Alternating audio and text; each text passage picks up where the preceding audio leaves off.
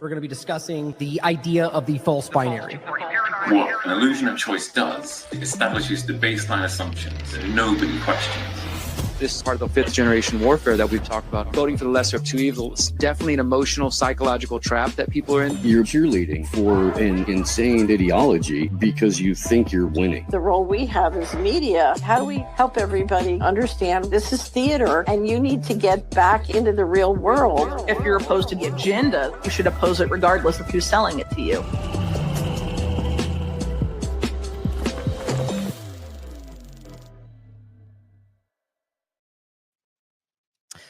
Welcome back to the Independent Media Alliance. We're here to have a very in-depth conversation about the nuance of free speech today. Something that I'm very passionate about. Obviously, I think everyone here very passionate about. But even within this group, I mean, I don't know for sure, but I argue there's probably variances on where we think that should be. And that's the whole point of the conversation today. Obviously, this has become very, very relevant for a lot of different topics we could discuss throughout this conversation. For me, it's sort of like going back to the fire in a theater point, and or even today with the idea of political violence being what I kind of argue is the new hate speech. You know, violence is a thing, you know, speech, but it's the overlay to it, and where that line is drawn. You know, somebody making a joke about somebody doing something bad, or somebody saying that person should be hurt, and you know, the words are violence overlap and all of that. So that's the main point of today. So let's get into it in general. And why don't we just start off? Well, I know in the past we wanted to briefly introduce each other. You know, if you guys want to do that today, that's okay with me. If you guys want to say anything real quick, go ahead and go around. Sure, I'm not shy. I'll jump in. Jason Burmis, independent journalist, free thinker, and I'll throw it to Bros. Hey, everybody. Derek Bros here with the Conscious Resistance Network. Happy to be here for another IMA panel. James Corbett, CorbettReport.com, and I'll throw it to Charlie. Activistpost.com, macroaggressions.io. I'm Les Claypool, and I play bass. Happy 62nd birthday, Les. A little late. Thank Good you. job. Appreciate it. Now, I actually don't know where the banner for our names are. Somebody point that out to me later, and I'll try to include that. But let's go ahead and start with, you know, what I think is kind of the best starting point, which is the fire in a theater. And I'll kind of kick that off, and where I think you know, for me, let me put it this way. I think this started with something that I already find to be a challenge on what the constitutional right is.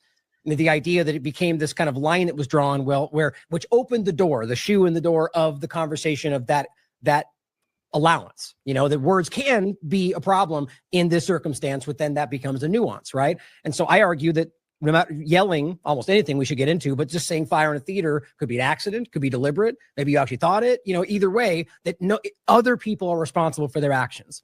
So let's get into that main point and you know, what we think about that and the overlaps to it. Anybody want to jump in? Go ahead. I'll jump in because I hate the fire in a crowded theater line so much. I have hated it since I first heard it when I was about 14. It is the most annoying thing I've ever heard on the internet. On the internet, it is the most annoying thing. Just think about what that means. It doesn't make any sense. It just throws open deliberate vagueness for anything to be classified as potentially offensive or potentially dangerous. There is no legal definition of fire. There is no legal definition of crowded. There is no legal definition of theater. What does it mean? It doesn't mean anything.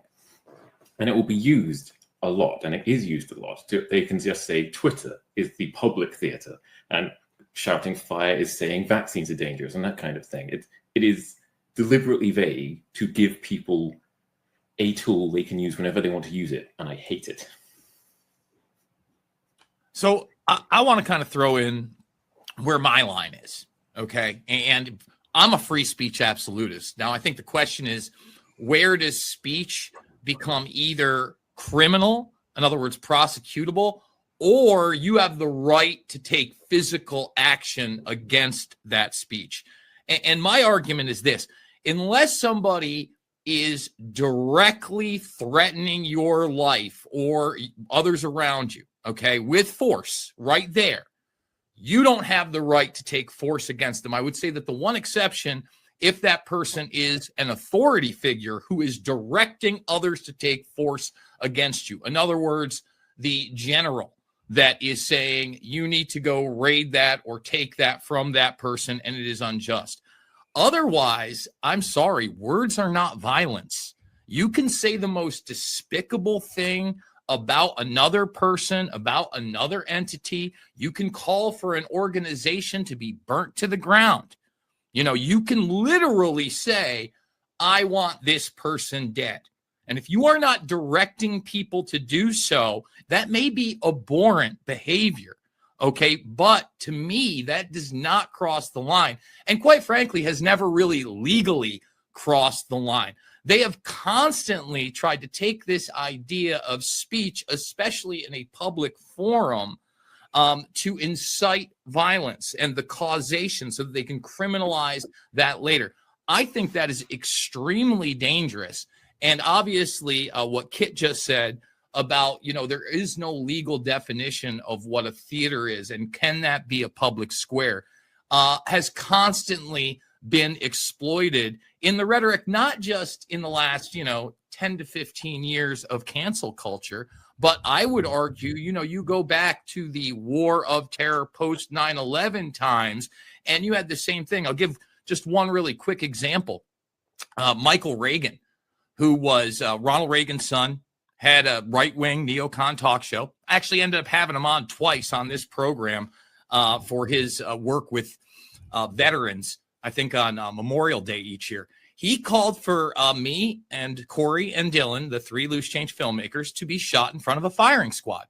That's his right. He had nobody that was going to come and shoot us.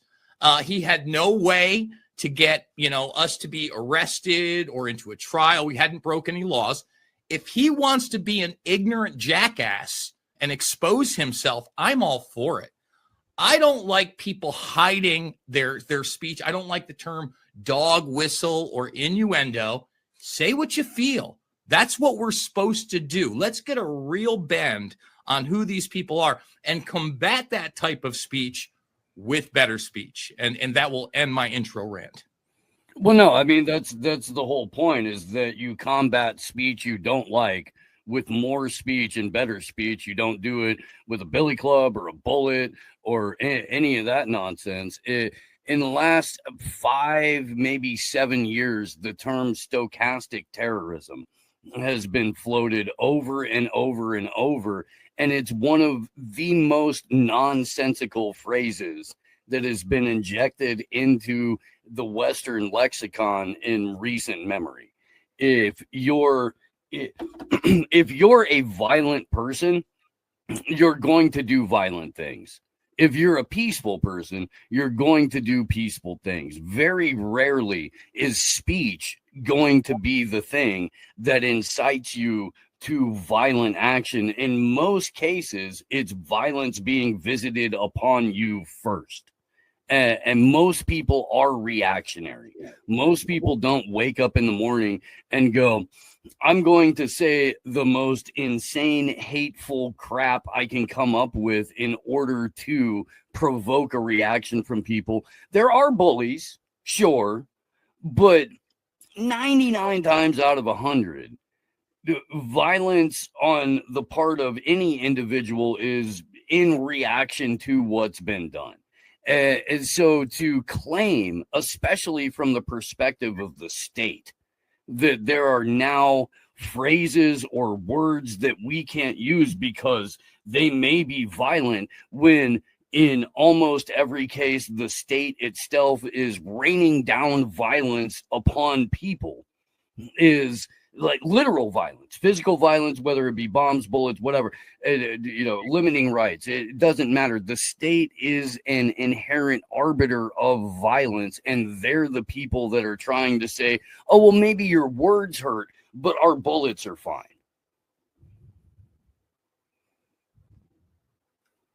Whoever wants to jump in next. I'll jump Can I? Okay. Go, Carrie. Who wants to go?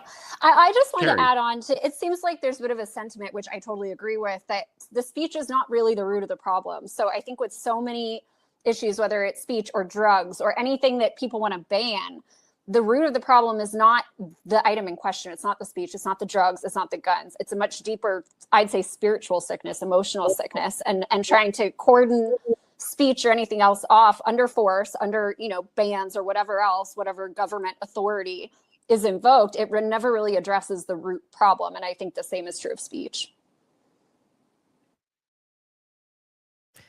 I'd like to get everyone, if you to kind of just, chime in on this if you don't, unless you don't want to, but just so we kind of like set the table. Otherwise I can jump in again if you guys don't want to throw in your thoughts. Going back to the fire in a theater analogy, does everyone know where that came from? That's a good question. Use of that? I'm sure the there's first precedent. use of that was a federal prosecutor by the name of Wirtz in the case against Eugene Debs for having the temerity, the absolute gall to make a speech suggesting people resist the military draft in World War I. And of course, Debs's defense is free speech. Of course, if we got a First Amendment, Congress shall make no law, right?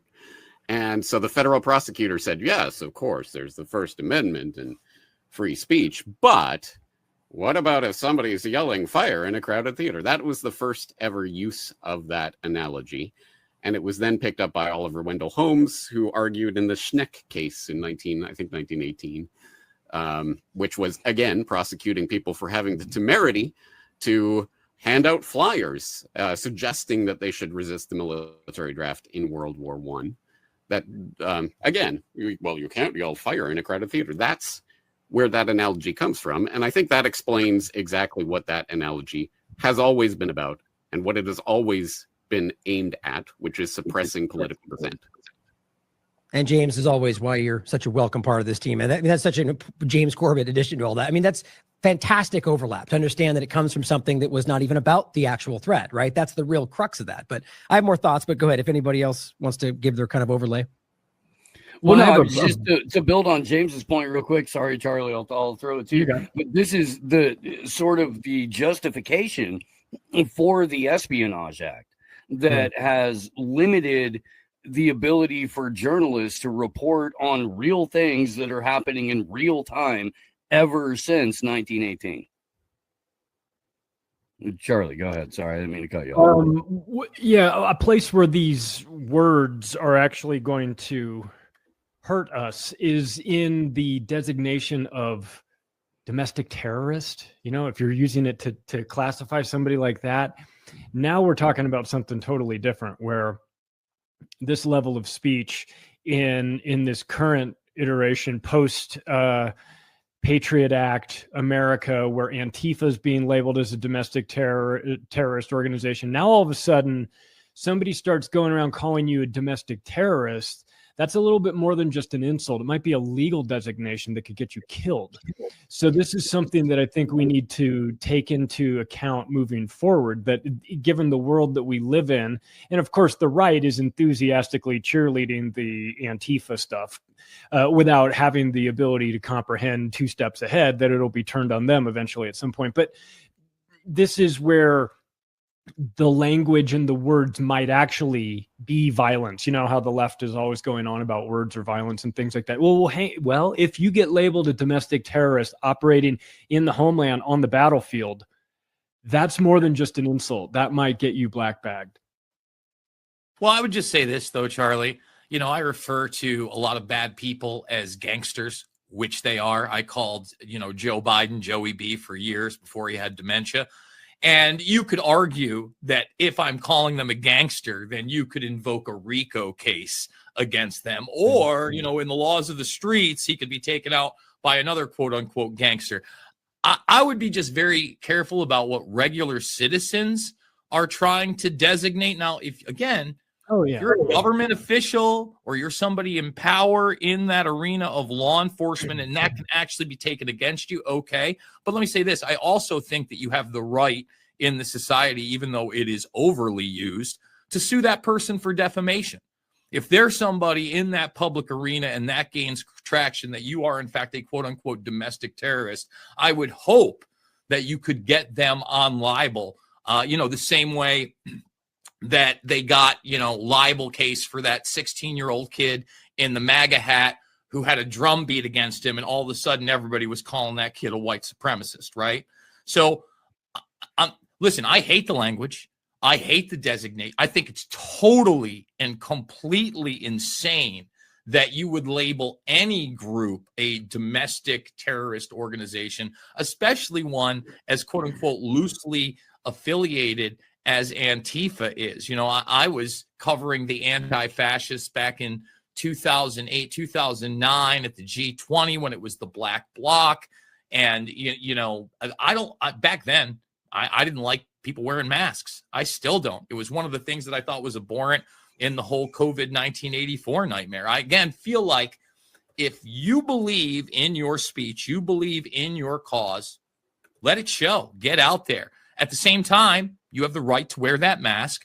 And until it crosses into the level of criminal behavior, trespass, destruction of property, etc., then it's not a crime.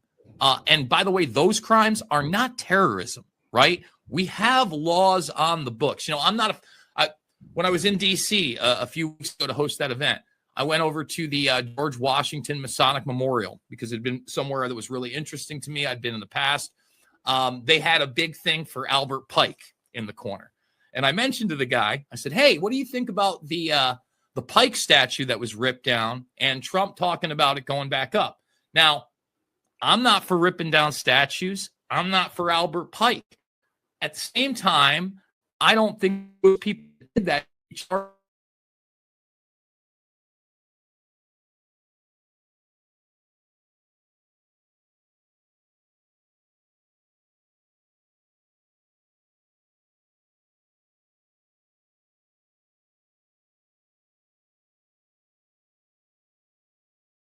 Everything. How can you exaggerate it? And when you do that, you end up exploiting the entire general populace under authoritarianism, under collectivism. And that's extremely dangerous, in my opinion. It's such a good point, Jason. And Ryan and I have talked about this plenty when he comes in on Tuesday. There's almost always, if not always, existing laws on the books that address whatever issue is being thrown into the media sphere at any given point. So if the laws already exist and you're now creating a new statute, you're now creating an additional portion to it, what you're doing effectively is sending a message to everybody else on the planet going, we have new ways to come after you because the ways that we traditionally used don't fit the narrative or don't fit the agenda that we're trying to push forward. Now, I'd like to give Roy a chance to chime in on his thoughts and kind of the origin part of this. But if we could, I'd like to focus on like the principle, because we'll get mired in the examples, which I do want to get into, like all that, because we all probably have 15 examples and how it's overlapping with policy. But where we started, where it was about the like fire in a theater and like the principle of, again, like I said, the absolutist, in my opinion, being a free speech absolutist means there is literally no word or sentences you can say out loud that means that you are, because you have absolute, your free speech can't be infringed. So where do the point we started with was fire in a theater. And if you wanted to, go ahead and chime in on maybe your thoughts on that basic premise. And I want to throw in some more thoughts. Yeah, I get what you're saying with all the examples. And I think ultimately what we're dealing with here, and I know this example has been used to death, 1984, George Orwell. I reread it this summer. I watched the movie for the first time, but it's basically they're bringing in globally in each country the Ministry of Truth, thought police. And so, today it's Antifa. Tomorrow it's anti-Semitism. The next day it's going to be, the list is just going to get longer. And so hate speech is thought crime. And that's what they're doing. Essentially, they're legalizing these systems, Canada, Europe, UK, Mexico, you name it. And so I think that's really what's going on. And, when we were all kids, we didn't really have these problems. Right. I was just thinking about this today. Maybe people should be allowed to be racist. Right.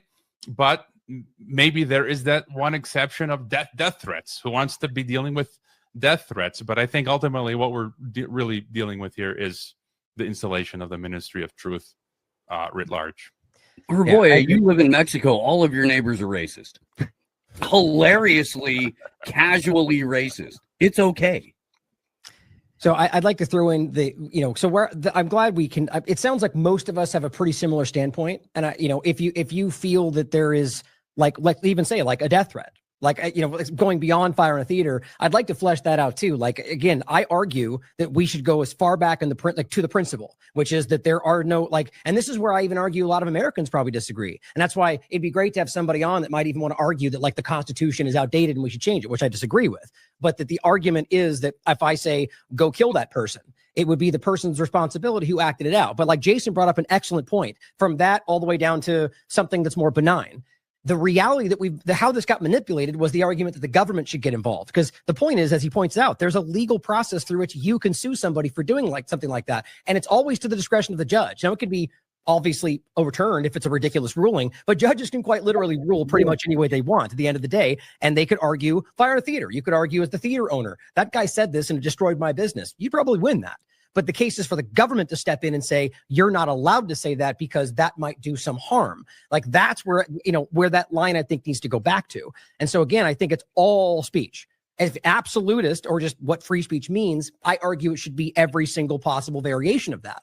But so like a death threat, for example, like we could argue under the current legal reality, which I argue would be unconstitutional, therefore null and void per Marbury versus Madison, for example, 1803, like that if it's repugnant to the Constitution, it's null and void, whether or not it's been voted on by a bunch of unconstitutional politicians. But like that there's a line where a lot of Americans might say, well, you can't threaten my life. Like you can't act out on that. I want to get into like the sue part as well, but right on that, any more follow-up thoughts that anybody wants to add? I'll throw something in there real quick. Because I know we're not talking about too much of the current event yet. It's mainly just the principle, but it does kind of tie into things going on with Pam Bondi coming out speaking about hate speech.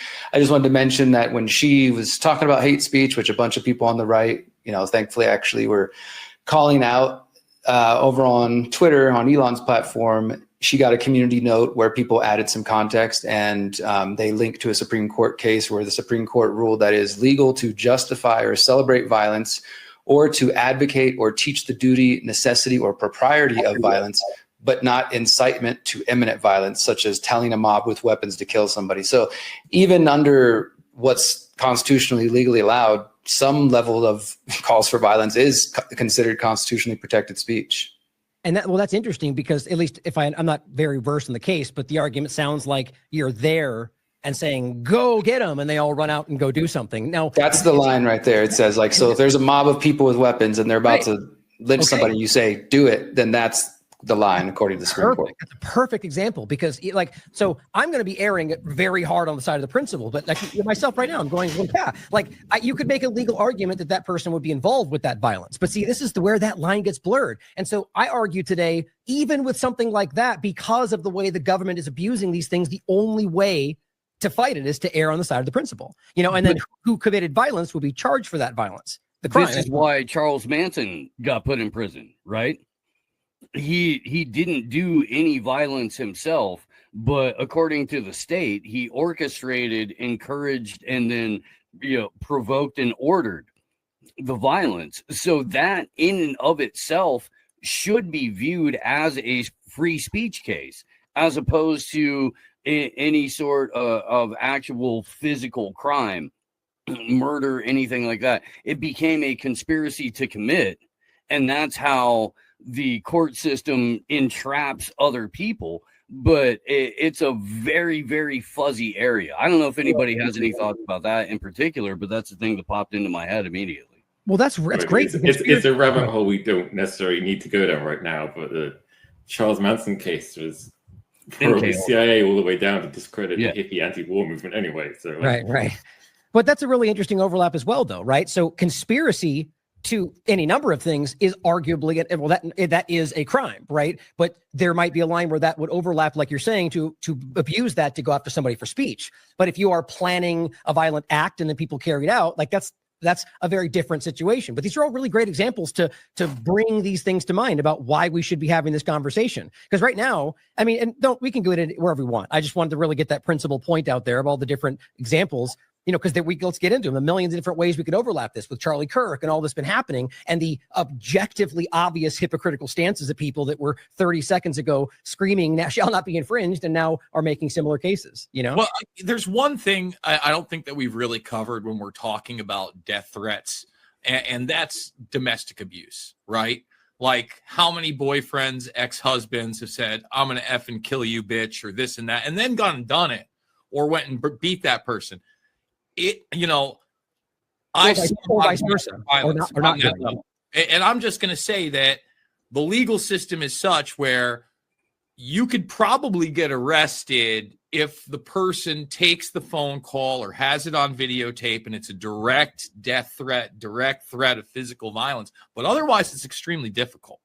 And I obviously, it should be extremely difficult if you can't prove that. But at the same time, again, there are laws on the books when you make a direct death threat or physical threat against somebody, you know, that is realistic. And I don't think that that is overhyped. I think that we should have laws like that on the books, especially because we see it happen every day in our society and culture. And, you know, when we are talking about abusive relationships, you know, oftentimes it's very difficult for the female to sever those ties fully. So again, we don't make it about terrorism. I don't necessarily think that that is a First Amendment issue. I don't think that you can repeatedly tell somebody that you're involved in that you're going to kill them without any type of repercussion. But again, you put that in a context where you can prove it in a court of law, and they will be prosecuted, and more than likely successfully so, and do criminal time. You know, again, we have to have these type of criminal deterrence. So, you know, again, when it's a direct person that you're involved in, you're calling for their death, I think it's different than if you're, you know, a psycho on the internet with some kind of ideology saying this person has to die or that person has to die or I hope Trump's next, et cetera, et cetera.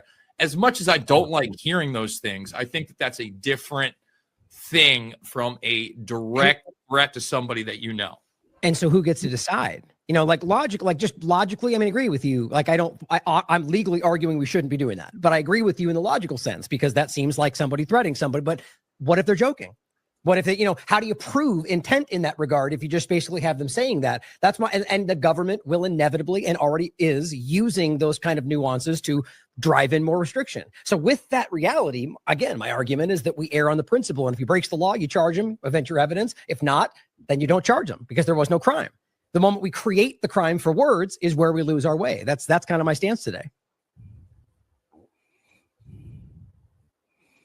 Well, I mean, we could bring up plenty of examples, right? I mean, some of the very obvious ones are like you know, we can even just start with the. Oh, you know what? Let's do this one quick since we. Can I chime in about the Antifa thing that Charlie mentioned earlier? Because I think that this is something that I think we're all probably paying attention to and have been warning people for years about the use of domestic extremism and domestic terrorists. And I know Jason was giving the example of, you know, calling somebody a gangster, but I think that, well, especially now with that actually being a term, now you could be accused of being an MS-13 and you might actually get taken away, right? So it is almost rising to that level of being called a domestic terrorist. But I've been warning people for years that labeling your political enemies domestic extremists, domestic terrorists, which has been happening the entire time Trump has been around, since Antifa and alt-right clashing in the street, that it's getting us exactly to where we are right now, where, you know, just the last week, Trump designates Antifa as domestic terrorist organization, which, by the way, I know that we have a few people who might or have identified in the past as anarchists or voluntarists on the panel here. And I just wanted to read the first sentence of that executive order. It says, Antifa is a militarist, anarchist enterprise that explicitly calls for the overthrow of the U.S. government. I'm sure some here or in the audience have done that. The overthrow of U.S. government, law enforcement authorities, and our system of law. Again, it's not hard to see how that can be twisted to fit probably many of the things that some of us here on this panel have said in the past.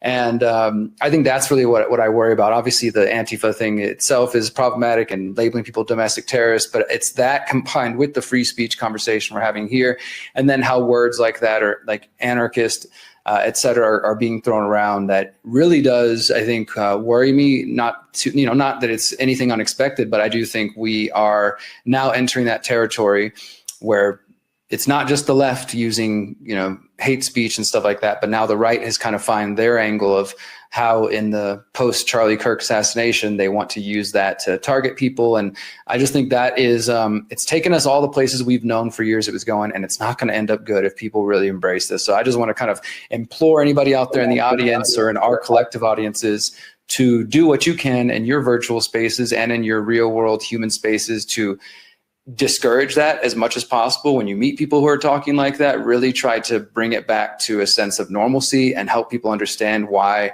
labels like that. And then, of course, accepting and emboldening this idea of hate speech, which I think many of us here probably have been the kind of people, I know I have been for years, saying that hate speech, hate crimes, these aren't even really a thing. Like that, it was a problematic from the beginning. You already have, if somebody commits a crime, they want to make a special case that says, well, if it was because they were gay or if because, it was a racial thing, then that should be, aggravated, extra charge, extra time, instead of just being an assault and a murder. So that was already kind of problematic from the beginning of creating these special categories. And the same thing goes with creating a special category of speech. It's not just free speech, it's hate speech now, because it's, again, this is a specific group, or it's, all the different ways they twist it. So I just want to encourage everybody out there who's seeing what's happening to not participate, not buy into that, not feed into it, but instead try to pull away from it as much as possible. And my point was that political violence is the same thing. I mean, in principle, it's the same thing, right? Violence is something. You can prove the violence, but political violence, even like you could prove, in some cases, you could probably prove that somebody hated somebody and that's why they acted. Our point is that's still just speech, right? Violence is the same idea. And I think it's just it's like the right's version of hate speech, even though both is happening, And so I'm glad you bring that up, because clearly this is about hypocrisy. And there are so many examples right now of people being driven. And weirdly enough, almost coming out in the conversation of like, yes, we're being hypocritical, but it's because they deserve it and they started it. Like, that's the level of the conversation. I think Gavin McInnes was one that made that case very clearly and just argued that that's, they're the real terrorists. That's why this is acceptable. When they do it, they're lying about us. Like that. How do you argue something like that? Well, here's the thing. Antifa, according to all available paperwork and propaganda, is an idea, in the same way that the global war on terror was us fighting an idea, not an actual group of people. When Derek highlighted Black Bloc, yes, that's a specific group of people who all dress in the same uniform and all show up with a specific intent to do damage or violence or so. 5.5 years ago, Jason Burmis and I were standing in Washington, D.C., looking at a group of people who on one side was Black Bloc and people who would probably identify as Antifa. And then on the other side of the square, it was Proud Boys and people who would probably identify with people on the right. And me and Burmis are standing in the exact middle of this, going, which way should we turn? Because it was sort of a cordoned off like alleyway type of thing. And we knew that we were going to get flack whichever way we moved. But all of those people had 100% right to be there. All of those people had 100% right to air their grievances. Where it becomes legal, in my mind, is when somebody goes and runs and throws a fist or shoots or does whatever that then becomes actual violence. But two disparate groups of people shouting mean things at each other across a courtyard is fine as far as I'm concerned. But this does kind of bring up a larger problem, because now the state is attacking ideas that could or could not be manifest within an individual. And we've proven you can't fight a war against an idea. You have to have a physical embodiment of that idea. And that is now going to be disseminated throughout the populace. And it seems kind of the crux of that can lead to violence, right? Go ahead. Well, I would just say, going back to the hypocrisy, I think that's very much the point of what we're going through right now, because we're not actually seeing anything new. These are not new talking points. Pam Bondi says hate speech isn't free speech, as if she just had that idea, but she didn't. That's years and years old. It's not hate speech if it incites violence. It's not free speech if it incites violence. Like, we're talking about years old things. Even domestic terrorism was first invoked years ago and was freshly invoked just a couple of years ago by Joe Biden about January 6th, and then even about anti-vaxxers, because again, they weaponized the vagueness to be like, well, if killing 4 people in a building is terrorism, then isn't killing 500,000 children because they didn't get their vaccines even more terrorism? What the last spate of events has been about has been corralling the pro-free speech right back into the anti-free speech camp. So now everybody's in there, no matter what. Right. Maybe I'll just add that I think the technosphere, right? You know, we always had issues in the before the internet world with free speech and governments, but I feel like all of this is heightened because of the internet, because so many people can now put their thoughts online and have effect, you know, weaponize their thoughts. You know, I don't know if you guys mentioned the recent example of George Galloway coming back from Russia and being held up for about 5-6 hours as a, you know, thought criminal. So I think it's important to highlight the technosphere aspect and the difference between policing thought, which is what they're trying to do, and then using that example of the death threat. Like if I get a serious death threat, you know, I don't really get many death threats, fortunately, but if there's something serious where I'm in Mexico and it's like a cartel member sending me a message or something, then I will go to the police to deal with that act. And it's not so much about the authorities dealing with that, you know, speech online. You know, traditionally we'll go to the authority to deal with the potential violent act going around, you know, the internet. So anyways, yeah. Well, Hervoy, I'm glad you brought up the technosphere side of this, because this is potentially a point of discord that may exist amongst us. For one thing, I don't call myself a free speech absolutist, only because I think that might convey to people a misapprehension. For example, if I certainly don't think anyone has the right to come into my house and start scribbling on my walls. I don't think anyone has the right to come into my website and start scribbling on my website walls, my comment section or whatever. No, there is no free speech there. It is I allow what speech I allow, and I disallow what speech I disallow, and no one can stop me from that. Now, of course, if you put free speech absolutism in the context of government can make no law against this or that. Yes, of course, I 100% agree with you. But private entities on private property can absolutely make whatever speech curtailment they desire. And people entering into that private property will either agree to abide by that or agree to get kicked out if they don't abide by that. And well, can I ask you something? But that's a trust. Can I just finish this point? Because this is where the disagreement comes. This is where people start saying, but the government already is in bed with Twitter, so, or X or whatever it's called this week. So therefore, it's not private property. Therefore, the government can tell us what can and cannot be on Twitter, right? And that is where I fundamentally disagree. Well, that's what I think. Like, where is the line drawn when you're talking? Because I totally agree with you, right? Like, if I'm even on my YouTube channel or on my X account, and it's just something is just so bigoted or so crazy, I'll take it off. Or if someone's just spamming like pro-Trump and you know, it's the copy paste stuff, I just get rid of it. It doesn't even necessarily have to be bad. At the same time, does an entity like Google that has been, I mean, first of all, brought up through the intelligence apparatus, not only through InQtel, but NASA and DARPA, the National Library Initiative, that has all sorts of Defense Department contracts, that has AI contracts, that is in bed with them on quantum computing. Does that entity, because it's on the stock market, classify as a private company that can do what it wants, when in reality, it is literally financially, and when you're talking about, especially AI, authoritatively, a government organization? I mean, the question is specifically, can Google or Alphabet or X decide what goes or does not go on their platform, even if they are government sponsored or whatever? Let's get into this. The answer is I freaking love yes. I'm absolutist on that point.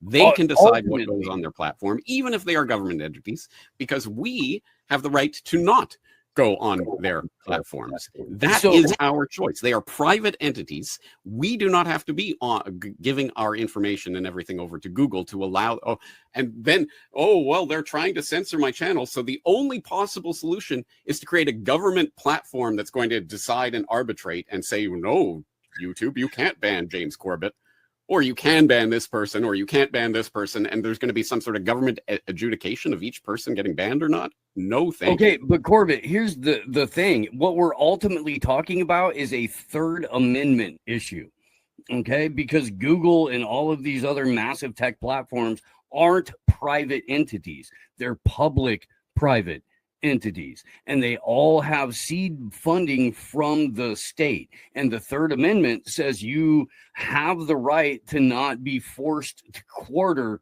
the government within your home. Yet everybody with one of these is quartering the government within their home.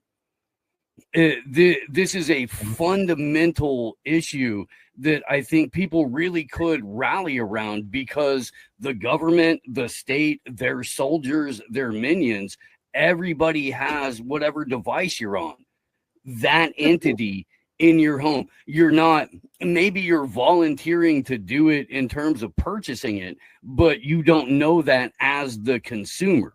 So we all have forced sequestration of the state within our confines. I find and that doesn't have traditional argument with speech. It has everything to do with freedom from search and seizure.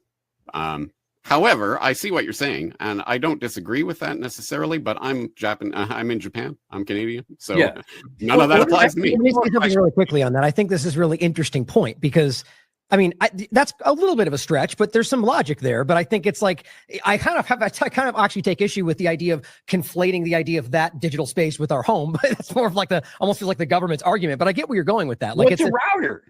No, what's the motive? No, I get it. It's an interesting point, but I think, it's like, this is another really good dividing point, like James is saying, because look, you could even ask this to James, like, so if you could literally prove the government was controlling the actions of that platform, I think you'd probably argue that would make the case for that it was government censorship. But it's a very fair point to make. And I've always made that argument about, like, what the principle of government censorship versus just people deleting comments off their platform, for example. It's not a this isn't hypothetical, because YouTube just came out just in the past week or whatever it was, and admitted, the government forced us to was pressuring us to deactivate all these accounts because of COVID, right? Wouldn't you argue that? I'm assuming I was one of them. I've got another nuanced question. So that came out, and I decided, I was going to tag at Team YouTube on X and say, remonetize my channel. This is insane. They've labeled me now for 6 years in one sentence as harmful content, and that is content that is controversial and therefore harmful to viewers. I think everybody here is in that same boat. Okay, but hear me out here. I pointed out how they are government-sponsored and a government entity. They are also government-protected from me suing their ass for defamation through 203. So what is my recourse? That's the question, though, Jason. What is the solution? So what are you actively proposing should be done here? Should the government come in and now tell YouTube or whoever? I don't think the government should protect them. So in other words, I should have the same right to sue them as anybody else. But me going in, I'm not only going against a megalithic corporation, I'm literally going against the national security apparatus that we know has been nothing but honest and gracious to us in the last, several decades, if not post World War II, James. So I think that we're in this conundrum where, you can kind of scoff a little bit about what he said, but these magical devices are in everybody's home, and half of them are directly associated with that organization. Google, Alphabet, YouTube, call it whatever you want, it's the same thing. And now you not only have these, but these are embedded with our children, not just through the education system. Every single one of them has a Chromebook. In fact, that's so integrated that Chrome and Android have now announced that they are merging. Now that infiltrates, I would say, 90+% of the youth in this country. I'd say there's probably 10% of schools and homeschoolers that maybe aren't using those devices. And then I don't have a voice as an adult on an equal playing field, and I can't challenge that. I don't know that. And by the way, I'm not advocating for a government solution. I'm advocating government take away the protection so at least I can get in the arena. And I don't think that we are referring to 230 specifically, or is there some other protection that and I've heard people make the argument against repealing 230. I would say, it should not get any type of special protection, just like the pharmaceutical companies should not be having these, et cetera, et cetera. Just like if they want to say, and they have ruled on this many times, that corporations are people, right? I can sue people. So then anything that you want to sell on the stock specifically, market, what lawsuit would you like to bring against Alphabet? And I would what a is preventing you defamation. from I am doing that? harmful. Yes, defamation. You have blanketed me as harmful content. You have to prove that I have literally produced harm. I have produced harm to nobody. Words are not violence, James. Like, that's the idea. Everything that I have never, not only have I never called for violence, everything I have presented, I have either backed up with evidence, I have said it's speculation, and when I am wrong, which is often, I say, I got it wrong. I didn't think they were going to put the dementia patient in as the president. I got it wrong. I thought they were going to put Trump in prison. I didn't think they were going to try to shoot him. I think if you are an honest broker, you should have the same abilities, especially when these people are not being honest brokers. Right. And I know we're getting into the weeds of free speech, but the weeds are important here because specifically it always comes down to the brass tacks of, okay, so what specifically should happen here? And I'm not American. I'm not in America. So you have tried to sue YouTube for defamation, but you were rejected by the courts. I don't know that you can bring that lawsuit. I've talked to, for instance, not that I'm a rich man, but Renz, me and Tom have talked now for several years. I met him early on in the Reawaken America campaign. This is really before he even opened up to a lot of the things about the hate and lies shots, DARPA, et cetera. And, I went over with him. I go, is there a case? Is there a way to bring this case? And he goes, there might be a way to bring the case, but you're talking about literally millions of dollars in fees and a team to go up against Google, and somebody willing to risk their career and possibly even, them passing the bar and being a lawyer. Like, I don't like Sidney Powell. I'm not I was never out like, hey, the Kraken is coming. And, she's the best. She lost her license to, pursue law. I look at somebody like Bill Barr. Is he ever going to lose his license to pursue law? I don't think so. And has he been an honest broker? I don't know if you guys have seen it yet. But for instance, the Oversight Committee did ask him about the first Epstein suicide. They said, Epstein went to prison guards and multiple officials and said he was attacked. Were you aware of this? And again, not being reported on the media, he said, yes, I am aware of those reports, but I don't think they were true because of his mindset at the time. I mean, well, let me bring in another addition to the YouTube censorship part. So it's interesting because you overlap with you're harmful. That's a good way to look at that. But so let's take mine or Whitney's the same situation. It was specifically around myocarditis being possible through the shots, which everyone knows is a provable case today. Not that I was saying every time, but that you can prove that's possible. And we got censored for that. And still to this day, because of all this coming around, I petitioned them like everyone did. And they immediately responded saying, we relooked at it. No, you can't come back. Medical misinformation. And so there's a very different case there, right? So to Corbett's point, it's I honestly don't know exactly what I think should happen. One thing I think you can prove is that the government's involved, right? So that makes the government censorship. Now, the company part of it being a private company, I think that that doesn't apply if we know government's doing it. But what am I demanding? Like you said, that the government should then allow it back. I mean, it's kind of I think the point is that new platforms that we should lean into, we should fight to not allow that overlap. But the dealing point should be the government being involved in any case. I don't think suing a company, whether or not the government's involved, is going to be I think our justice system, our legal system is wildly broken for people that don't have a lot of money. So it's a whole different conversation. But so that changes a little bit, right? So what do you think, James? What would be your solution if as a U.S. citizen in that situation, or what you think would make most sense? I don't know if I can imagine myself as an American, but I am a Canadian in Japan who had my channel taken down for years because they said, whatever, this is, unallowable content. And then after a few years, they said, hey, guess what? We were wrong. Oops, sorry, here's your channel back. Okay, yay, wonderful. So what's my solution to that? It is certainly not to beg the U.S. government to be some sort of adjudicator in this or something. No, obviously government interaction with these platforms is the problem itself. So the only solution is to get government out of these platforms. I don't have much of an ability to do that on my side by myself anyway. So are we not moving in the opposite direction, especially with this TikTok hype? Right? We're socially we're starting to, on a grand level, it doesn't matter what side you're on, just accept this techno-fascism. Which just handed TikTok to a CIA contractor that is a dyed-in-the-wool Zionist who shares information on the regular with the IOF. I mean, I totally agree with you. I mean, again, this is the big issue because, let me give you another news story that it's only on the peripheral. Are you guys aware of the Ehud Barak emails that got hacked with Epstein?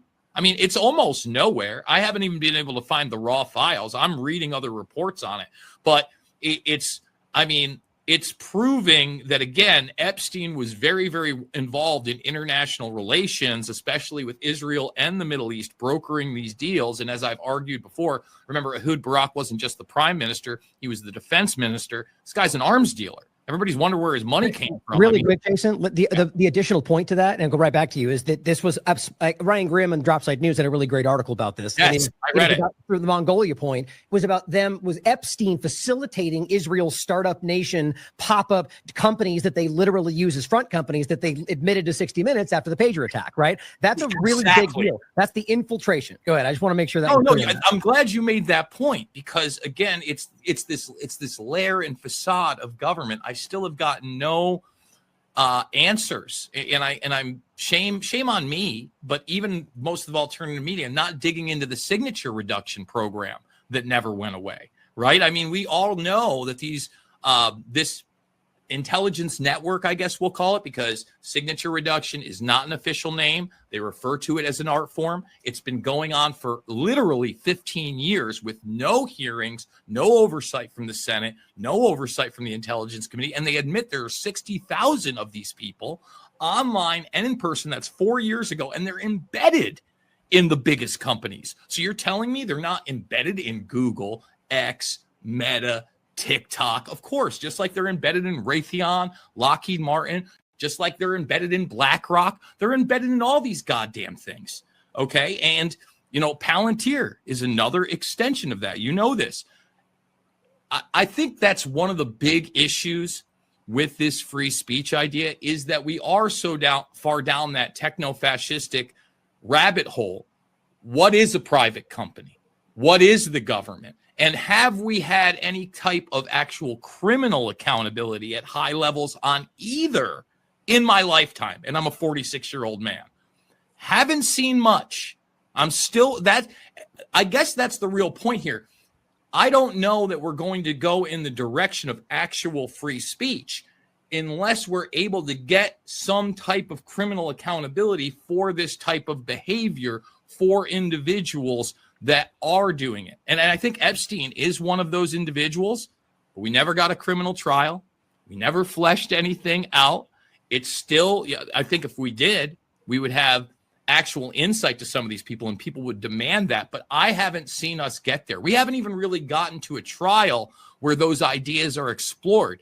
You look at the Ghislaine Maxwell trial and they truncated that as far as they could into, human trafficking, essentially, to Epstein alone, right? Well, you bring up this is one of the things I wanted to get to in this conversation was that very perfect point about the public-private partnership, the fascistic discussion. Like we have seen the corporate world blend with the government right in front of us, and so that obviously changes the conversation, right? So all of these are problems. Not to say we're going to solve them on this conversation, but it's important to identify that very issue is one of the reasons why this is so difficult because we can't discern where that line is from the government side. So, what anybody's thoughts on how you go forward with that? I was just going to make that point because I agree with James that for all intents and purposes, let's say all these platforms are private, Google, big tech.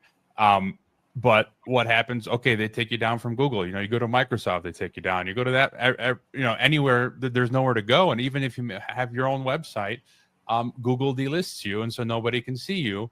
And now, we've left any semblance of a republic or government, and this is totalitarianism. And I can use, because I'm here in Mexico, I can think of these examples all day. Look at the analog world. Let's say I go to a public plaza, the cartel zone, or I go to another corner, another cartel is there, and so now the issue becomes, well, now you're living under fascism or oligarchy or mafia or cartel. And now we've got another problem to deal with. Okay, well, let's look at Trump's inauguration and the front row of Trump's inauguration, where you had defense contractor / social media CEO standing next to defense contractor / social media CEO standing next to defense contractor / social media CEO, and so on and so forth. Let's look at the parade that they had in the UK just a couple of weeks ago, where all of the heads of the tech firms and the AI firms are standing there dressed like, what delightfully adorned penguins, standing next to an actual king who was walking behind the president of the United States.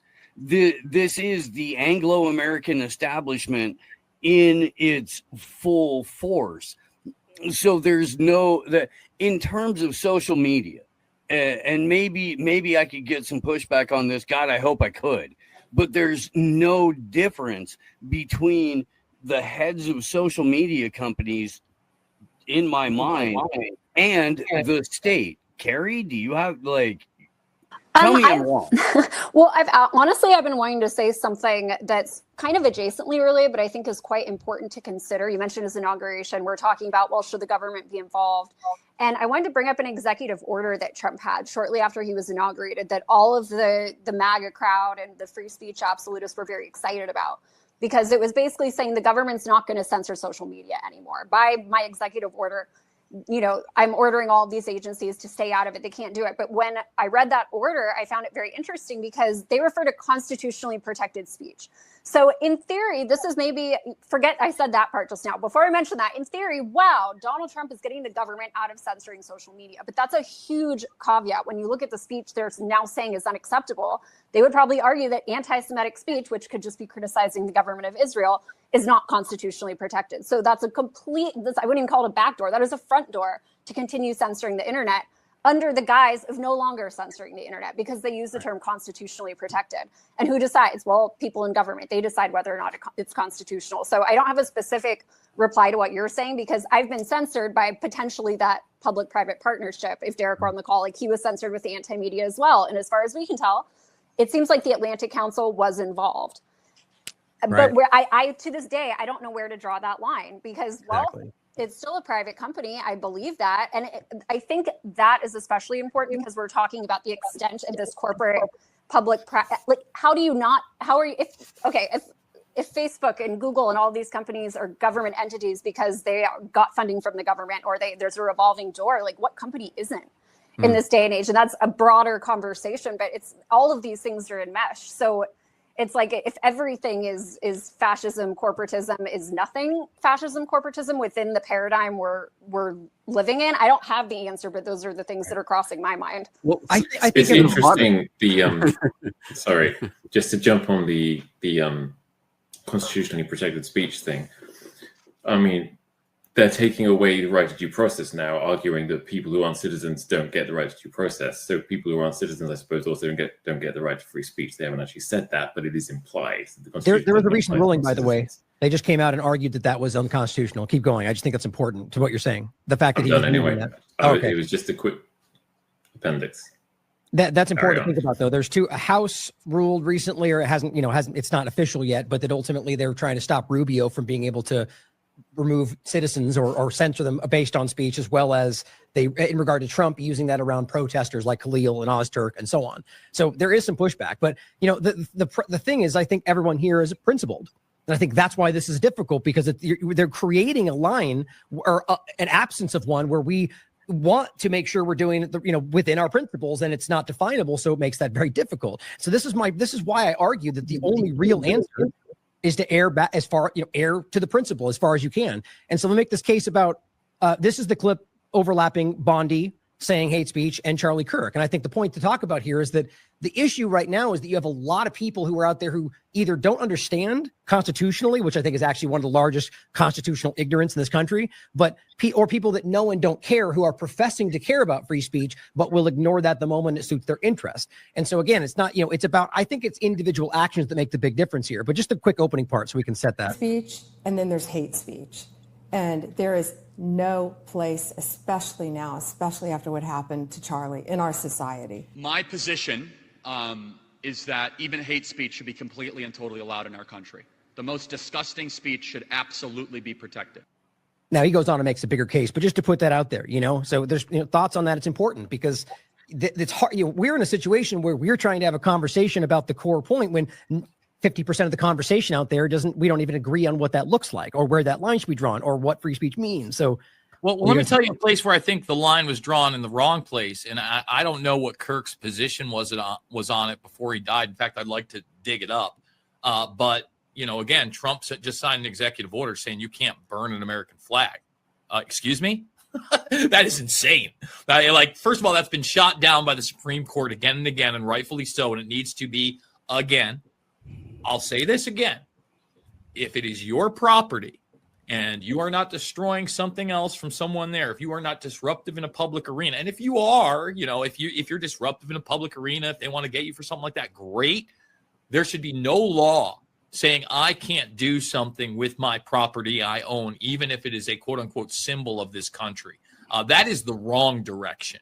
And again, I don't know what Kirk's position was on that, but he would have had probably a good month, 6 weeks before he was assassinated to weigh in on that issue. If he was truly against, any types of censorship. And by the way, I am a guy that says hate speech, 100%, even if you think it's hate speech, we get to do it here. They could call people Nazis all they want. We're allowed to have real Nazis in this country, dancing around in the regalia. That's a thing. You're allowed to do that. Let's see what he says this right here. You want to read that? Yeah, this is an example of him. So this is Trump saying all federal funding will stop for any college, school, or university that allows illegal protests, which again, they decide what they deem illegal. And Trump's made it clear it's not about violence. He in LA, he put out the point that if people show up to protest, will be met with force. That, very clear. He said, Charlie Kirk responded saying, President Trump lays down the new rules on campus protests. No more federal funding for schools that allow illegal protests to continue. Now, this is well played because of the overlap of the school funding, but it's been Supreme Court's roundly ruled it, just like with the FCC point. If they say, or SEC, excuse me, if they say, they say if you, act on Jimmy Kimmel or else, and they do, that's still a free speech issue. But it goes on to say foreign students sent home, American students expelled, and so on, and no mask to hide identities and criminals. This is exactly spot on, except unless it's ICE today, different point. But so there's many of those where Charlie Kirk, I would argue, seems to contradict the stance he would say in that speech, but it's always because of the nuance, and maybe he was doing it with good intention. It's hard to say at this point. But the real problem there is the federal funding. That's right. The actual problem. It isn't even about the government trying to stop speech. It's about federal funding. And hey, we'll take this federal funding away from you. No, don't take the federal funding away from colleges. We should fight for federal funding for colleges. Say they would be anarchists. No, the point is the federal funding is the original evil. That's the point Kerry was getting into, is that line, right? That's, you blur those lines intentionally, and then it becomes near impossible to be able to make that definition. So, I mean, the principled position is easy and is simple. No, the principled position, the solution to this is to get the government out of colleges altogether. So the federal funding and whether is not the sort of Damocles that they can dangle. Okay, then that same point if the government was coming along and saying there is a new law, you will be arrested if you have a protest on campus. Oh, okay, that's the free speech. But no, they're saying we'll take federal funding away. So what should our position be on that? No, don't take federal funding away. Well, no. Yeah, that's a good point. But the point is not just we decide which way or the other, but simply to highlight that they're using that as a coercive tool to manipulate their speech or the speech on campus through their enforcement. That's very clear, right? But so how would you apply that, James, to the not college situation? What would you feel is the most principled stance with what we're dealing with censorship? That's kind of seems to be this overlapping. To me, okay, good. Because to me, this is the actual point of this conversation. We all know the problem and we all agree on the problem. We all see the problem. And I think everyone in the audience understands the problem. What is the solution? That is the only thing we should be concentrating on. What do we do about this? And if people's answer is we need more federal funding for colleges or something, or we come out on that side of the equation, we are getting stuck in the wrong, in the stuck on stupid conversation, answering the wrong questions in the wrong way. What we need to do is decide, okay, what are our principles and how do we work towards them? Now, I think it would be great, yes, if government just completely, utterly left all of these corporations. They're not going to do that anytime soon, are they? Because exactly as Burmis has said, how many of these people have ever faced any sort of criminal prosecution for what's going on? Exactly 0 of them. How many can we expect to face such prosecution in the near future under the Trump administration? Exactly 0 of them. So what can we do? What can we do? And I'm going to give the unpopular answer no one wants to hear. Everyone will say, you're stupid, James. This is dumb. But it's the only answer that is actually principled. And it is the answer of screw Google and screw Alphabet and screw X, screw all these companies. And why don't we start building our own infrastructure? No, you're stupid. That'll never happen. It won't work. You have to be on Alphabet. Everyone has to be on Alphabet. So now we need some government organization to tell Alphabet who can and can't be on. No, our power is to not be on their platforms. Our power is to develop something else. Speaking of which, how's Odyssey going? I thought we had an IMA portal now.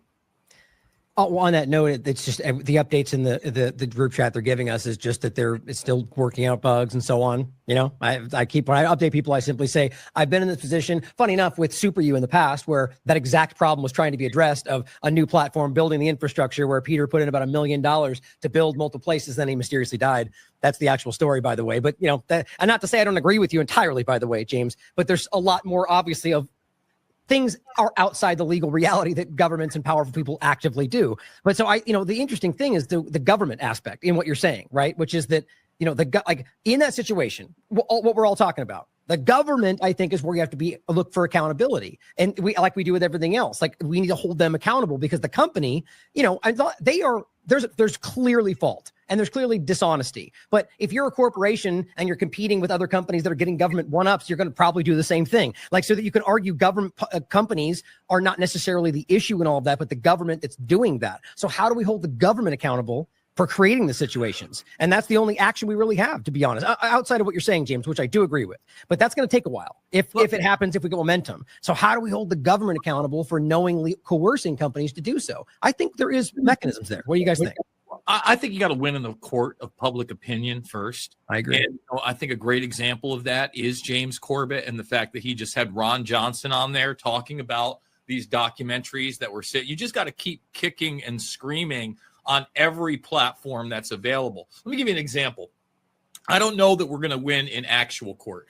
Ron Johnson, he showed up at the Turning the Tide. Dennis Kucinich was there. Kurt Weldon, Dana Rohrabacher, which kind of shocked me. Dana Rohrabacher, I specifically remember him on Real Time with Bill Maher talking about how the Iraqis were going to literally put flower petals at our feet after we went and liberated them. And he's speaking about 9/11 truth basically on his last political legs. That's winning in the court of public opinion. Me being up at 2 a.m, hitting stand-up comedy full, watching somebody I've never seen perform, and they're making jokes about Building 7 and going, buildings don't fall that way. That's winning in the court of public opinion. The Tuckins, whether you love them or hate them.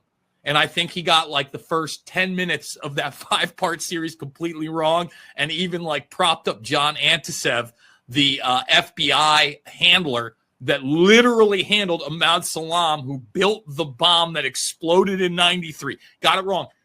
He's at least looking at this. I watched the second part. I thought it was actually rather good, a lot better than the first part. I'm going to be watching it week to week. But when I say winning in the court of public opinion, watch that Tucker Carlson Sam Altman interview. I'm not accusing Sam Altman of anything, but it's the first time in my lifetime that after somebody died suspiciously in a huge corporation and business, that the CEO of that corporation was asked about his suspicious death several times on behalf of the family. That means we're moving the needle somewhere. The fact that Altman even sat down with him, that's moving the needle somewhere. Look, Peter Thiel, another example. Him having to go on Rogan in that podcast bro push at the very end for the Trump administration. Again, I don't think Thiel was being an honest broker, That's moving the needle. Okay. I'm just saying that's what we just got to continue to do. I never thought that the Epstein issue was going to be the one that brought at least, what they call the left and the right together. I really always believed it would eventually be 9/11. And maybe we can get to that level, but we have to exploit that the best we can as honest brokers. In other words, we utilize the tools that we have. James, I'm with you. I wish we'd already built better tools, right? I wish minds.com, we talk about social media, took off in the manner it should have. I wish Rockfin was able to do that. Charlie, take it away, bro. Outernet, John Sneisen. Those of you who know John, I met him in 2019 at an Acapulco with you, James, actually. He is part of a team that has built a product called Outernet, OUTERR.net. And I'm the wrong person to talk about the technical aspects of anything, but it's private communication in a way that he could explain more fully. And there's an opportunity for us. He just messaged me today. There's an opportunity for people who are looking to be investors in that. So there's an opportunity to do something solutions-based, maybe even investment-based, maybe even change your entire life. Or not. I don't know. I don't know what the product's going to be, but there are people out there that are actually doing, and it's inspiring, and it makes you want to be involved in it. And so John Sneisen is somebody that had he been here, he would certainly talk about one of the solutions that he's working on. And I think that's, he's the anti-InQtel. He's going to be funded by us, not by them. I think this may be unpopular in this group, or maybe possibly even in this group is what I meant, but I hope not. But I think we're winning. I've said that a lot. I don't mean winning in every possible sense, but I think what we're seeing is what you're saying, Jason. Like, when have we ever seen that? Like, when have we ever seen the independent media, like, genuinely setting the conversation points? Like, it's almost like they're responding to everything, somewhat mainstream alternative media, but nonetheless, the same kind of, that's a reaction to us being in that position. So, I think that's, like, hypothetically, let's even say, maybe we're already there. Maybe we already have a majority, maybe 51% of people that are like, yes, we see the problem. Okay, what do we do? Right? So what we do is we thunk our dick on the table. That's what we do.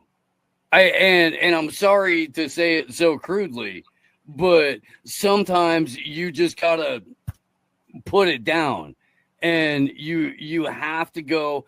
I actually do run shit here. Scared Gary away. And everybody on this panel right now runs shit here. James Corbett is considered a prophet by many people because he was out there way in the early era of the internet going, this is what's happening, this is what's coming, this is what you can expect. And my brother, you have been proven right time and time and time again. In fact, when people are like, are you black pilled? Are you white pilled? All that. No, I tell them I'm Corbett pilled because I've had this resource for a very long time that has told me unapologetically in full truth what things are without qualifiers and what things may be without qualifiers. And that's honestly the most respectable position I could ever imagine in my entire life. And so we have a huge database of people who have been legitimately, I guess to put it in a baseball analogy, calling balls and strikes as they come. And so it's a matter of messaging. So what does the thunk look like? Like, so we know that. So that's what I'm trying to get at. So you said thunk on the table, right? So what are we talking about? Like, what is the action? We already know this, man. Derek Bros, who was here earlier, talks about this all the time. It's understanding that technology is inherently a part of our life. And it's very difficult to decouple from that. But you can do many, many things in and around that, maybe even in spite of that. First and foremost, you can grow and produce your own food. What you can't grow and produce on your own, you can have a handshake relationship with the people who do that in your area. We have a gentleman who comes through the show very frequently, Texas Slim from the Beef Initiative, who is working very hard to make sure that people have a handshake relationship with their rancher. But it extends beyond that, because once you understand what food is and where food comes from, you have a kind of a building block opportunity to understand that, well, information in and of itself doesn't happen because the state tells you, or CNN or Fox or MSNBC tells you. There are things that you can do that it falls, I guess, to trust but verify. And so I'm one of those people who believes that we're living in an era of unlimited potential and unlimited opportunity in spite of everything that's being thrown at us. I just want to say that in no way, I just want that part be the conversation we get into. Steve talks about these things all the time, just to make that clear. And so, but let's hone, and all outstanding suggestions. I think that's in a broad sense, but how do we hone in on the free speech point? Because I honestly, I'm not saying I even have a solution to it other than what I believe we should be leaning into, which is just the principle and every way err on that side, even if there's bad consequences. I really want that to be something to think about. But so what are our solutions? In addition to ones we laid out. I talked about utilizing the tools. I think we also have to lean into the politicians, unfortunately, that are consistent. And they are very few and far between. But Massey is the man. I watched Thomas Massey, and he is principled. He doesn't seem to bend the knee. He's anti-war. He doesn't sit up there and say, oh, well, we're going to give an exception to Israel or this nation or this ideology. He's pushing extremely hard on the Epstein files. He grilled Kash Patel and made him look like an almost tearful child when he was going into it. I mean, he literally hammered him, gave examples of people who had been trafficked. He said, the magician, a.k.a. David Blaine. He said the rock star. I think that's probably Courtney Love. I mean, he went down the list. And he made Patel go, well, it's not just this administration. It's the two administrations prior that have looked into this. Really? Weren't you just on the podcast circuit telling us we shouldn't believe anything from those administrations and invoking the Epstein files? Ron Johnson is another one. I remember during the COVID 1984 era, obviously he was much better than most. But me and my brother would have discussions. Yeah, still kind of a neocon war hawk. Really didn't like his foreign policy. Starting to come around on that, right? And we have to keep in these people's ears. And then, unfortunately, we may have to, and this is what kind of makes me sick to my stomach. And I know it might for you, James, as a professed anarchist, and you're never going to have this problem as a Japanese citizen, but step up to the plate. And maybe I am eventually going to have to run for state Senate or state Congress or something. I was just in the belly of the beast. And it was actually, and this is maybe even a part of that conversation when we talk about free speech, martial law, the military, its uses. It's the cleanest I've ever seen DC in my entire life, guys. Hey, I just want to be honest with everybody. Hey, man, tanks on the streets and dudes with ARs fucking threatening people really does make for a civil society. It's actually as long as you're using authoritarian tactics. I get it. I didn't see one National Guardsman or one tank. I didn't see one. I'll be honest. Every other trip that I'd been there in the last 5 years, I had seen some type of military. I drove, by the way, so it wasn't like I was just isolated. Like I said, I went out to Alexandria. I was there for 4 days. The homeless problem was totally gone. But it's not gone though. You have to if we're talking about, I understand. I'm just saying it's a middle ground of them occupying the space that criminals would otherwise occupy while they're militarily marching to the streets. Now, but again, I didn't see the military there. That's my point, Ryan. Yes, but you know the point though. You know that they know that they're present, and that's why people are going, I'm not going to go do this because they're fucking going to arrest me. Oh, excuse me. I think it's. I'm thinking it's AM wake up all of a sudden. I don't. As I was driving down there, right? I had to drive. I drive through Chicago on the way through the Midwest. So the big hubbub was that the National Guard was coming to Chicago. My friend Cristian T. Harris, he covered it. I haven't talked to him yet. I have not seen it in action yet. So I am not going to make a judgment, but I am going to be honest about the result there. And I know that I went away from us trying to be part of it. But listen, if we don't want that type of action, and we are talking about solutions, and we're going to have to become the government, guys. No. Okay, hold on. I had to push back. You can argue. I'll support you. Want to do that? Like I supported Derek. I'll support you. I just don't expect me to vote for you, right? I don't think that's how it's going to work. Again, I'm just saying. No, hold on. Make a point. Yeah. The point about what you're saying in regard to the location. It's not a solution. It's not. It's first of all, it's shockingly unconstitutional. So there's not even. If we're arguing the solution in any way is violating our rights, then that's the whole crux of the conversation. That's not the solution. That's going to lead to more problems. But I think the reality is that, like, even looking at Portland right now, you realize, even the claim is it's an unlawful, war-torn, and the reality is they've arrested 4 people, most of which were bumping up against people in a protest. That's the legitimate reality of the numbers right now, and they're telling you that it's overrun.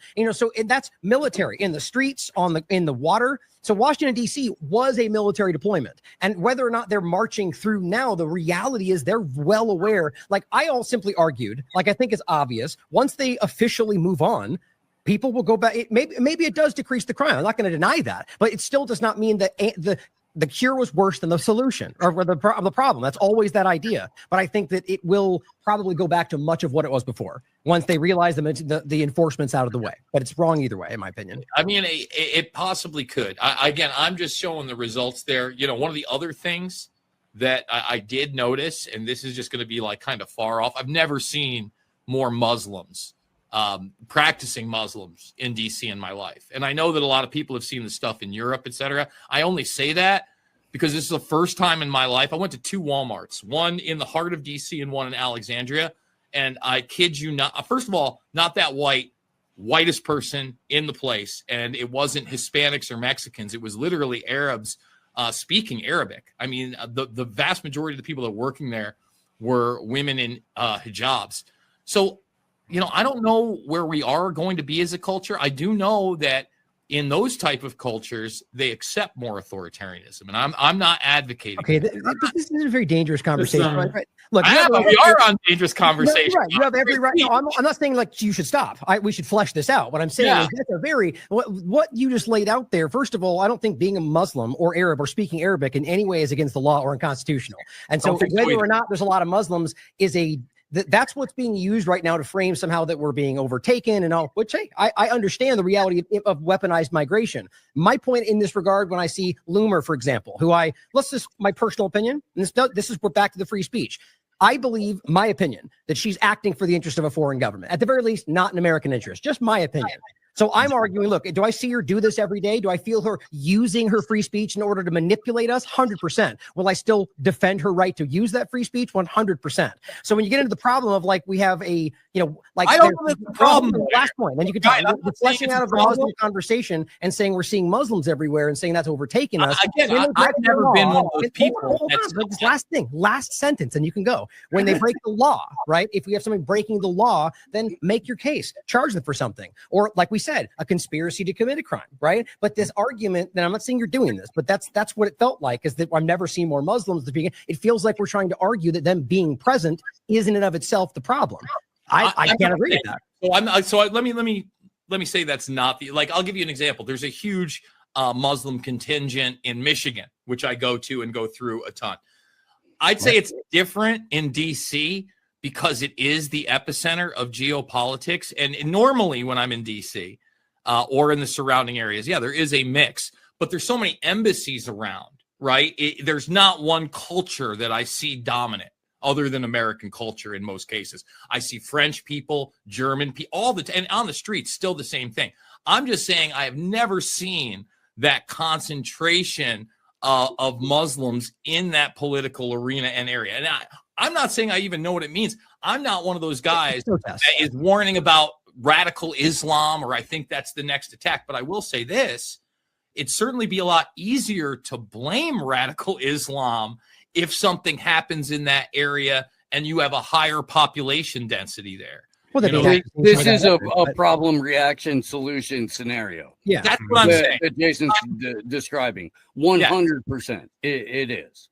Right, but so the point is that, as I understand it, there's protests going on, just like we can see a street full of Jewish Zionists marching to the street protesting for their interest in Washington, D.C. Like, I think that is what this tends to be, but maybe not. And make a case. If there's crimes being committed, lay it out. Well, can we make a case for American culture, or is that like something that is so beyond the register that it doesn't even exist? Well, let's talk American culture for a second and freedom of speech and kind of broader issues. Here in Iowa, I mean, I know that everybody's seen it because it's become a national story. You had this individual who was a superintendent who, had a firearm, a handgun. So it wasn't just like a shotgun or whatever, had that registered, was registered to vote, and wasn't an American citizen. Now, culturally, I think I'm not against somebody who comes from another country, comes here, gets a job in the school system, and rises up in the ranks, as long as they become a citizen.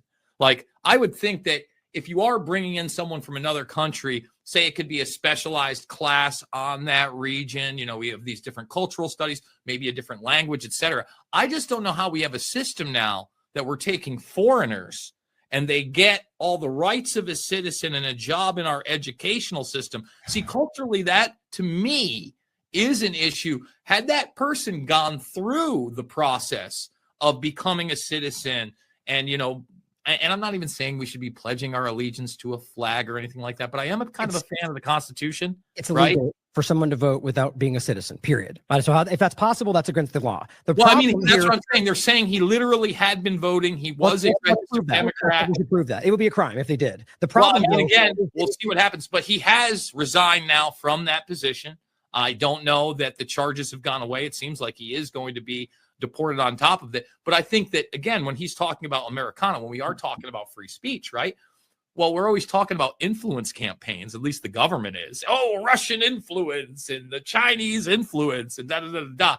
This is kind of like real influence of a different culture, not somebody that acclimated.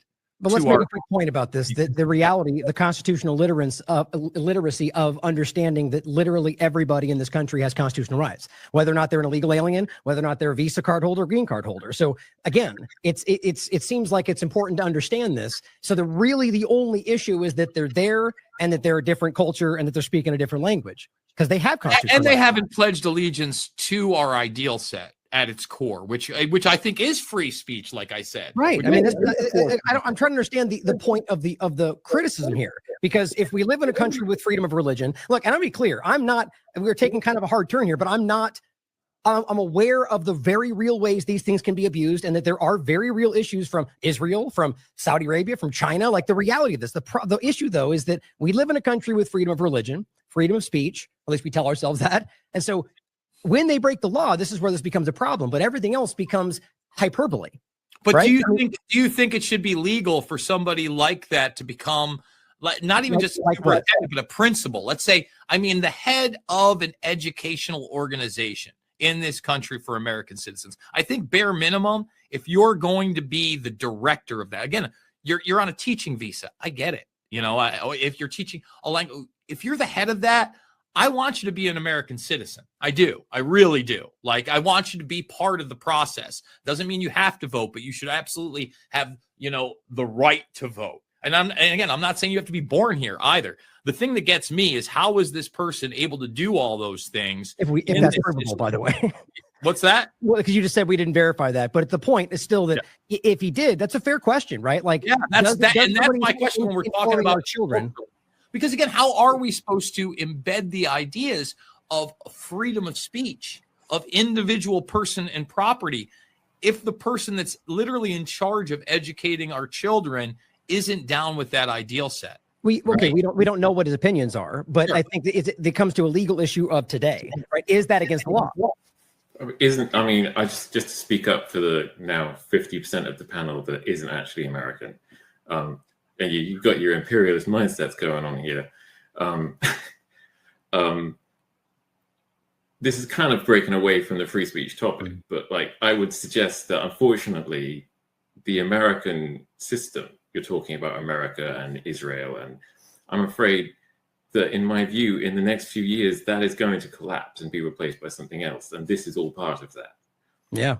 I can agree with mean, that. there will be a transition away from the American empire, and it will be the main power in the world will become something else. And this will be sold to most people, including most Americans, as a good thing. I get that sense too, to be honest. Do you think that can happen without a major casualty event, I would say, or maybe the right kind of political assassination? For instance, right now, I look at the Kirk assassination, and my biggest fear is some type of quote unquote retaliation from the other side that indiscriminately kills people, right? Well, I mean, potentially, no, I would agree. There must be, like, if you look at the transition of power, for example, historically from Britain to the US, people would say that the episode around that was World War II, essentially. Mm-hmm. But the transition wasn't then flagship or even necessarily deliberate. So you could sort of argue it's different. I don't think, no, I think the collapse of the US when it comes will involve an awful lot of casualties, one way or the other, whether that becomes just from a collapse of infrastructure, like you saw in the collapse of the Soviet Union, where there were millions of casualties that weren't, taken out by bullets. There was just a complete collapse of all social infrastructure, and I could see that being done. Let's take this back in the direction of free speech, though. I mean, I felt compelled to respond with this, with what you were saying, Jason. I'm sorry, but I think that all of this overlaps with obviously the conversation of constitutional rights. Right. So that's a very, at least the overlap to the conversation. But, the free speech point, which we're largely wrapping up at this point, I think is, we were talking about the principle. We talked about the hypocrisy, which we didn't get into many of the examples, but like James said, I mean, I think everyone's very well aware of the problem. We got into the point of the partisan kind of hypocrisy around it and some of the solutions. So, I mean, we can kind of wrap up if you guys want to just go through your thoughts on where we should go and, whatever else you want to add to it. Well, I have just a final thought on free speech, which is that the assault on free speech, the most dangerous thing about it is people accepting the assault on free speech. Because I think the system as it is, they will never be able to totally police it. They will never have the power or even really the desire to totally police it. What this is more about is inculcating in ordinary people the idea that they will take care of themselves. They will censor themselves. There are some things you are not allowed to say and some things you are not allowed to think. That's far more important than actual laws, which they cannot pass and people would ignore anyway. Because, and if they do that, they don't need to pass the laws. I think really what you're battling against is self-censorship imposed through fear and through the fear of social rejection.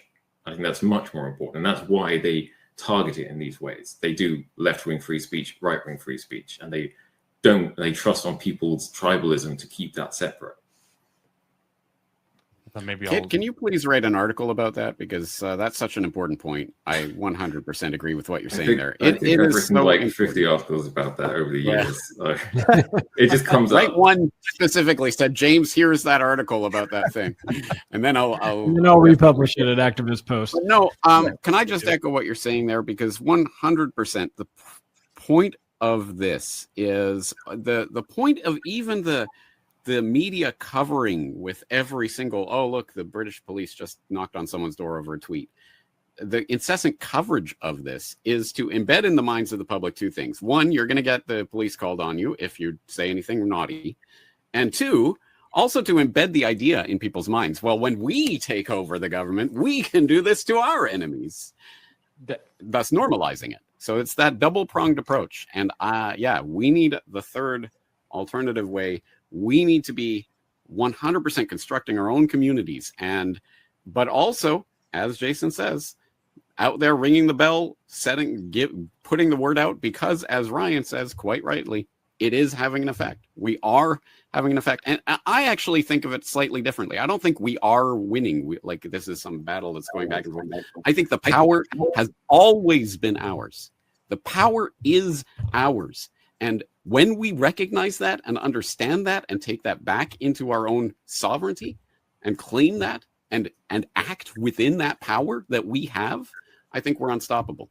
But the entire point of the enemy propaganda is you're weak, you're pathetic, you're powerless, you can do nothing. All you can do is come and groveling on bended knee to ask YouTube to monetize your channel or whatever. Nope. Our power is our decisions, what we do and what we say. And we have to spread that message 1,000 times farther than the propaganda can go. And one small addition to that is, so 100% agree with everything you're saying. Then what we see is the not just the fierce self-censorship, but the other side doing kind of like the same thing on the other extension of it, saying, well, they started it. right? So yes, I see this as a problem, but they're the ones that did it first and they deserve to get it back. Or like McGinnis difference is saying, we are hypocrites, but they deserve it. I guess I kind of just said that, but yeah. And it's kind of that's the real, like the rationale from any which way you look at it. It's driving you to agree to your own subjugation. I guess I'll jump in. I totally agree with James on this idea that we can't play the victim. Unfortunately, I think victim mentality has really been pushed, especially with the youth. I see it within my own family. It makes me very, very sick. It also is associated with these identity politics that are there to separate us. And I would just say this, if I came across anti-Arab or Muslim, I'd just like to say this. I also don't think that we should be deporting students that are on visas here that decide to protest against, Israel or what's going, or anything, right? I think that they're here on a visa in the education system. Like you said, they are allotted those same constitutional rights. Again, if they're breaking laws, charge them with that. We have a criminal justice system. But I think that the only way that we continue on with this is challenging that again and again. When, somebody that you agree with on 70 or 80% of things starts chanting, no, I'm so glad that we can't burn the flag in, this country, get those commies. You have to explain why that's a dangerous ideal set, right? You have to explain to people why you can't have this blanket rule that you're not allowed to criticize this government, this race of people, this religious belief. No, you get to criticize anything and everything. You get to be wrong. All right. We're allowed to be wrong in this country. You have to bring that back as well. So look, I think it's going to be an eternal battle. I've said it before. I'll say it again. I barely know what's happened in the last 46 years that I've been on this planet. I don't have any severe religious or ideological set other than good and evil exists. And I'm sorry, but the repression of speech, the outright authoritarianism of taking that away is pure evil. That's it. It's evil. Everyone gets to express themselves, full stop. Maybe I'll just give my concluding thoughts, reiterating what everyone's saying. We all run our counter-influence campaign as the government's running their, manipulation of public perception and opinion. We got to do the opposite. And then what James said about them trying to scare us into self-censoring through constantly showing all of these people who are getting visits by the thought police. That actually inspires me to further say something. Before I went to Croatia this summer, I was, should I retweet Richard Medhurst? Should I retweet George Galloway or Graham Phillips or Clarenberg? I actually printed out one of the EU Constitution articles because I'm an EU citizen, and it says an EU citizen is allowed by the EU's own articles, which they don't even follow, to travel with their non-EU family members in case I got stopped. Nothing ever happened, but and so just to reiterate some of the solutions, as you guys were saying, don't, use their platforms less and less, opt out, try to cost them attention, eyeballs, money. Public opinion, I think, is important. There was a great clip by a Mexican businessman that went viral. His name is Compa Moy. After 4 years of becoming very successful, he said, I got to shut down. They're extorting me, the cartels. I'm afraid they're going to send a sicario. And he said his desire is, the problem is not enough Mexicans are speaking out. If more Mexicans spoke out, it's the same principle, that would then create this public opinion that would oblige authorities to act. And I think that's the same thing. And then, legal actions. And it's a war of attrition. We just got to keep pounding away, and when you guys said we're winning, I have a more long-term pessimistic view, but for me, the issue isn't that we're winning. We just have to keep hammering away, keep firing the mortars, and then we'll decide where we're at, in a few years or decades time. Anybody else? Ryan, you asked for solutions. Why don't we just, I would say that anybody on the right who you can reach, be that in the U.S., UK, immigration, shut these, we got to round these, we got to fingerprint all these illegals and scan their eyeballs and all that stuff. Just remind them to think a couple steps ahead and to know that, how would you feel if this power was given to Gavin Newsom? And they go, well, I mean, I don't, how would it be used against you or somebody like you or somebody? So, what would you want? Would you be as enthusiastic if it was, because it's going to be handed down. It's going to be passed down from one party to the next. And if you don't trust your enemy with this power, then can you trust your guy with it as well? And so maybe for them to re-examine that belief system and acknowledge that it can be not okay when their guy wants to do it too. And for them to be very careful about advocating for state power, because once they are granted this power, once you give it or allow them to take it, you never get it back. And it gets turned against you at some point. So it's, today it's the illegals coming across the border, and 5 years from now, it's them scanning your eyeball before you get on an airplane. And so reminder to people to think long-term about this stuff. Anybody else? Kid, I don't know if you wanted to say anything. I'm not sure if you did already. I forget, but I'll jump in and if you guys all said something. So I'll just wrap up in general. So I think, what I will actually say to that, since it got brought up more than once, and I'm not saying we've won. I think we're winning in the sense that we're gaining ground is really what I'm meaning, and I think we all kind of sense that. Maybe that's not even the majority yet, but that's kind of where I'm leaning. And either way, I think we recognize that there's a difference today, and that just speaks to what we're all getting at, is that what we're doing, it is affecting people. And I think that's a powerful thing to recognize, And I want to say that I think that, there's two kind of overlapping things. Is right now there's a lot of people out there. Well, I will say too that, like I've been saying often, that I don't think the left and the right, like the mainstream alternative media and the mainstream media framing each other, I don't think that represents most Americans anymore. I think things have shifted and now they keep screaming about the left does this, the right does that. And there's leanings, but I think that's changing. And I think that there's a lot of really just good people who believe that they're fighting for the Constitution, who maybe don't understand it enough, or who are misled or are rationalizing why it's okay to stop it now for X, Y, and Z. But let's not all, I think it's important. And I think we all here do a good job at this, but out there, don't immediately assume somebody's fighting for the wrong reasons or a partial or part of the, give people the benefit of the doubt in regard to these kind of ways and let them prove themselves out, right? Like engage with somebody is my point. Say, hey, have you thought about this? Do you understand this part of it?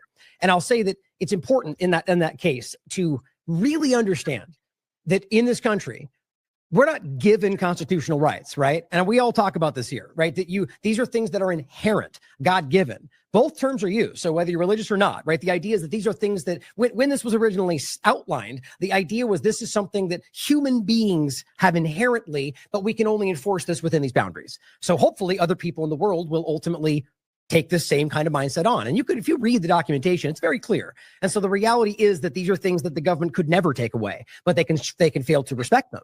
Right. And I think that's where we end up. And so I just really think that's super important to think about. And I really, all the discussions and the solutions, I think this will give people a lot of ground to think on and hopefully evolve their opinions, but just, understand where that principle, in my opinion, speaking for myself, I think that has to be the end all be all error today because of the way it's being abused. And I'll say lastly that I hope, like in what Jason said, I hope it wasn't taken like maybe I came across too hot in that. I feel like the ideas are used very manipulatively out there, not even to suggest that's what you were doing, Jason. And so I just think it's important to have that conversation. I love Jason to death. We still love each other after this because the point is it's an amicable. I love you too, Ryan. Well, this is important though, right? Because, and I've been on your show in the past where we get in a little bit of heated conversation. The point is that we will always, I'd like to believe, and I think we all agree, be amicable after this and be like, okay, I'm glad we had the conversation. I think we, reach some different opinions and people can think on it for themselves. And that's the whole point of the Not argument, me. right? I'm cutting all of you off. I'm never talking to any of you ever again. Goodbye. Right. Just because you said it like that, I just got to give just a personal story really quick. Okay. Go for it. This is the end. This is the craziest thing to me. My mother called me a few days ago, Friday, to let me know she had a heart attack on Monday. Now, it was a silent heart attack. She went, got it out, left ventricle. My uncle had a heart attack the week before. Now, my only way to get to that part of the family is usually through my cousin. And and she had disconnected her Facebook. Now, I thought that she disconnected her Facebook because maybe she didn't want to deal with everything. Her father was sick, etc. And my mother goes, no. She did that because she did a post on Charlie Kirk. And I go, so? She goes, well, she's married to a black man, Jason. And I go, so? And then she goes, well, she's got black children, Jason. And I go, so? And then my mother says, and I'm going to tell you right now, I have no context what she wrote, okay, or what the responses were. My mother says to me, well, Charlie Kirk was a racist. And I literally lost my mind on the phone. And I just started screaming at my mother. I'm like, Mom, I don't know where your brain is at and where your kid's brain is at or where my family's brain is at. But I had a lot of disagreements with Kirk. I never saw him or heard him say anything that was racist.